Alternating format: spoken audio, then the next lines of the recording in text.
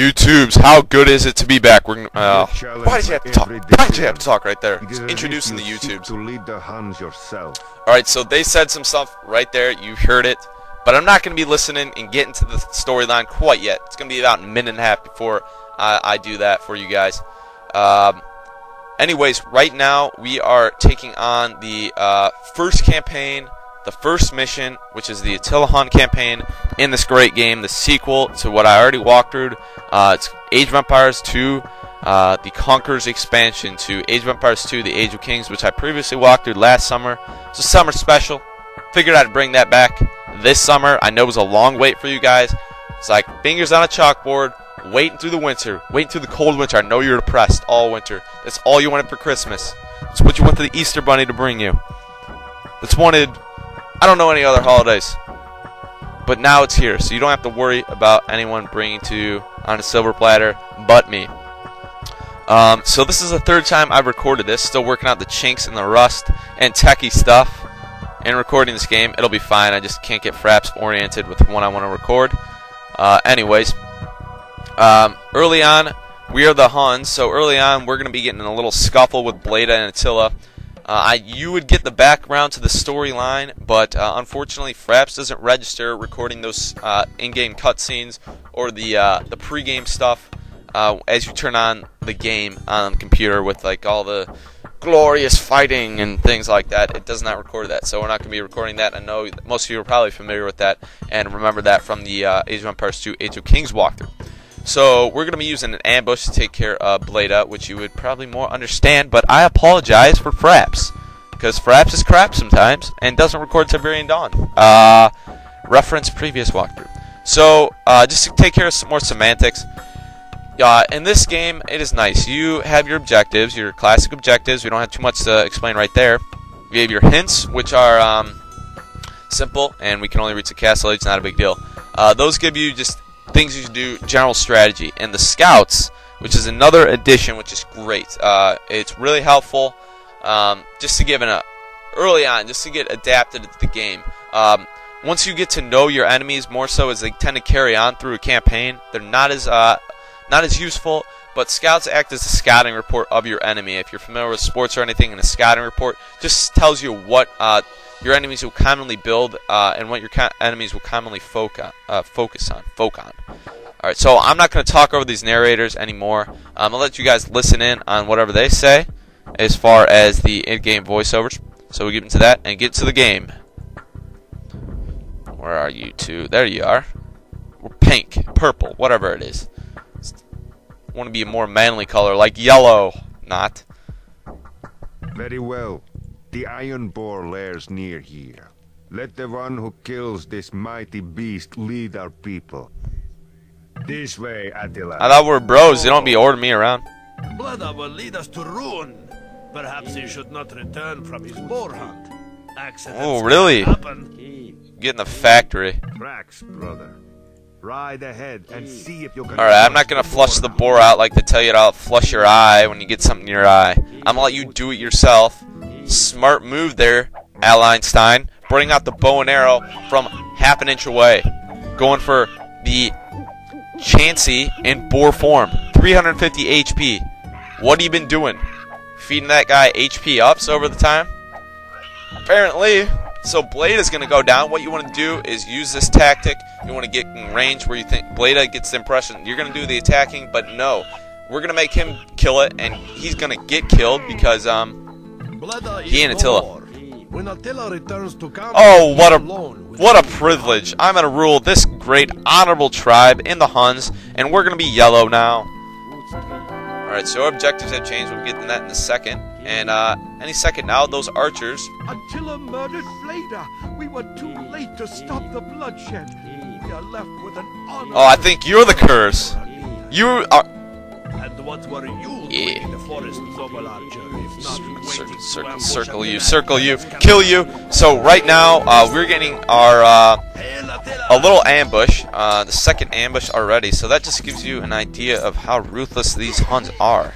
And I don't know where you're going, but you're not going very far. So I'm gonna kill you with my barbecue sauce and chicken wing flinging Tarkins that are supposed to be torches, but I'm pretty convinced that they're barbecue sauce.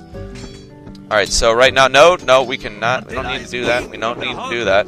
He will lead us to victory against our Blood enemies. Ah, I love how you say that. And you gave me a tribute, which I don't think is possible because you're technically dead.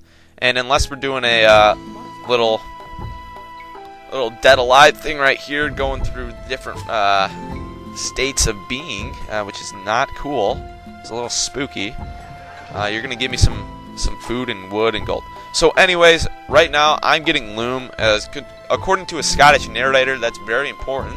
So we're going to get a loom for 50 gold. That just increases the hit points of your own villagers. And we're going to be plopping out 15 villagers of our own because early on we got plenty of food. Some time ago, the Romans captured a number of Hun villagers. Bleda arranged for their return, but I did not trust Bleda, and I do not trust the Romans. We should free them. No bargaining. And apparently these Huns are not very trustworthy, and they don't trust other people. So that's a good combo. They're not trustworthy, don't trust other people. That's how you make friends. Alright, so Persian, forget about him. Forget about him. Just chill. Take a load off right now. We're going to be doing that later on. We're going to have to take care of 2 of your 3 enemies, which are the Western Roman Empire, the Persians, and the Scythians, all marked in their own separate color. You can make the Scythians your ally, which will be exploding, and be using them to our advantage later on. But I'll be showing that to you probably in the 3rd video. Is in the first couple videos, what I'm going to be doing is just getting my resources up, doing that boring organizational stuff, and get back here, Tarkin. Oh, you're Hun Commander. Well, aren't you special? Were you the guy? Yeah, you should be getting to the factory. The way you talk to me, freaking had a not 9th grade, 1st grade education. Forget it, pre-K. Our arrangement was with Bleda. I will not turn the captives over to Attila. You must. Alright, you Western Roman Emperor, however you talk, you train your soldiers, they're talking without any breaths. They're like, they're just billowing it out. Chill, man, chill. I'm not that ruthless. Just Attila the Hun, man. Attila the Hun. It's like dead El Cid. I don't know which is better. Anyways. So in this first video, I'm just going to be getting resources, been doing some of that boring stuff, because you're in the Dark Age. You cannot have any technological advancements. The only thing you can build is a dock, and who loves building docks? Not me, unless I am the beastly Spaniards, which will be in the 2nd campaign. So don't be messing around with anything else. Don't be building your militia. We're not really going to be using any men-at-arms or 2-handed swordsmen, as we can only go to the Castle Age. Instead, we're just going to be beefing up on the cavalry, most likely, as these are nomadic peoples. Another thing I want to bring to your attention, I have 125 as far as population. No, I have not been using the cheats. There's no cheats that improve your population limit, so don't be throwing that one in the comments. I will not be using cheats. And another thing I want to clear and get out of the water, clear the air here, is this is on hard difficulty. There's standard, moderate, and hard when you play on the Conquerors disc. I will not be using any other difficulty level other than hard. If you've been playing this game for 8 years, as I have, there's no reason to be regressing like that and playing in a lower difficulty level unless you so choose. I do not choose, alright? I had the right to choose, so don't be bossing me around, telling me that I'm not recording on a certain difficulty level because you see something that lends itself to being a lower difficulty level. And I'm enough saying difficulty level, and I don't know how I'm executing that very well. So, we're not going to be talking about that. Anyways, you don't have to build houses, which is a great commodity for you, a great asset for you. That clears up a lot in your base. You have more time to spend wood on other things. Barracks, archery range, that's already there for us, which is also quite odd. Stable, feudal age, not supposed to happen. But anyways, which is great, because you have more room for your villagers to work, you have more room to put farms down, especially early on when traditionally you don't have as much room for buildings and units. It's a great thing to have, and you just have simply more resources at your fingertips. So once I get all 15 of these villagers out, and don't be worrying about stone and gold quite yet. Once we get into the feudal age, you can focus on that. But as far as the dark age, those things are of secondary importance. Oh, whoa! Don't want to be clicking down there. That's pretty down south. That's going for the rainforest. I don't even know where this is right now. Gonna give me a geographical layout? Apparently not. This is a huge map. If I'm going for the Scythians and the Persians, I mean, I guess the map's got to be big if we got to fit those elephants on the map. Jeez, Persians. Talk about blood later on. I bet you elephants have the most blood in them of any, well, whales. I don't really know what whale blood looks like.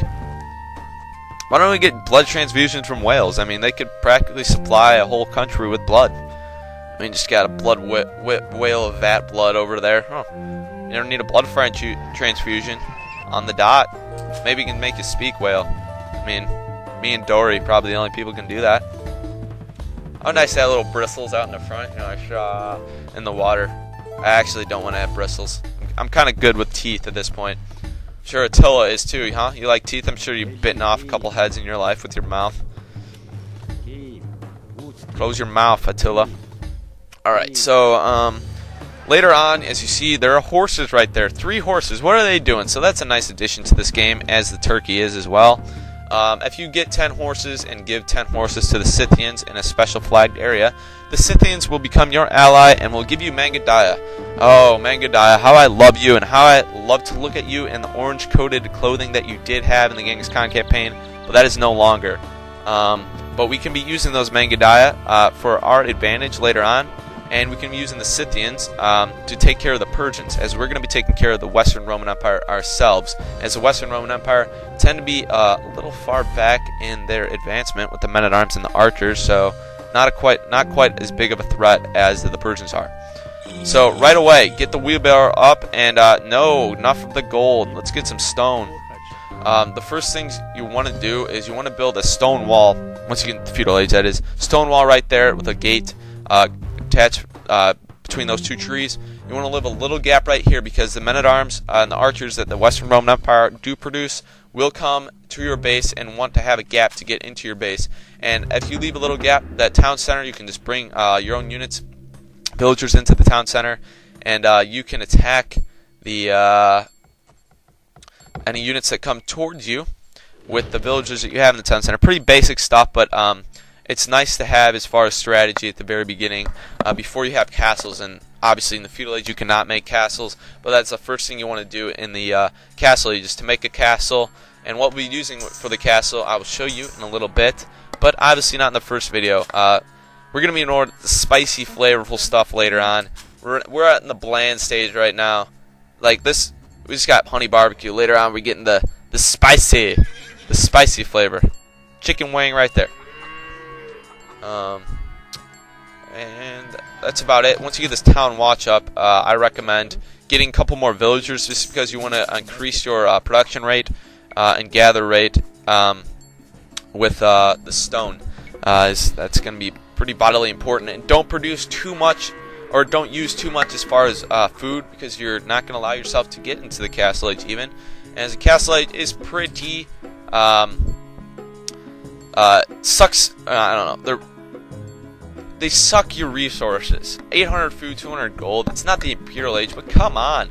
I'm the Huns. I don't take time to organize my villagers. I just go around raiding, ransacking, and what would you do the third as?